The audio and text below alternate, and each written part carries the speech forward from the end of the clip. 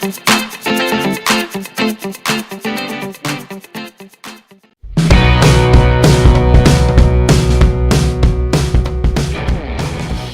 manual warns you that shooting at the low expanded ISO setting can decrease dynamic range, and it really does blow out more highlights.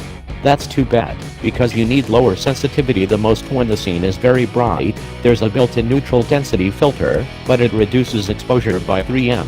And I highly suggest you spring for the optional lens hood, which requires the optional adapter ring, if you plan on shooting in bright sunlight. Flare. Fujifilm is still referring to its tonal presets as film simulations, even though most people have never shot with any of the films simulated, and because there really aren't any neutral films, there's no neutral preset. The default, Velvia, increases contrast, which results in some blown-out highlights and clip shadows and darkened midtones, especially at higher sensitivities. The look can be pleasing, but you should probably shoot RAW plus JPEG in case you need to bring back detail in those areas or you want more natural-looking colors, especially skies. They can get annoyingly washed out. You can bring back quite a bit in the shadows, but not a ton in the highlights.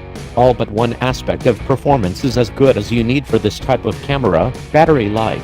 It barely makes it through a day of shooting unless you're the type who only takes a shot every now and then.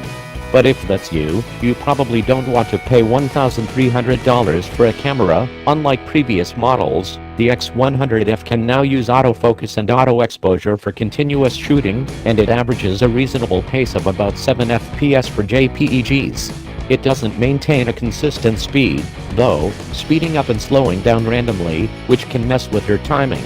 On the other hand, I don't know that there are a lot of situations where you'd want to burst at such a wide angle. Unless you're right on top of the subject, most things are pretty small in the frame.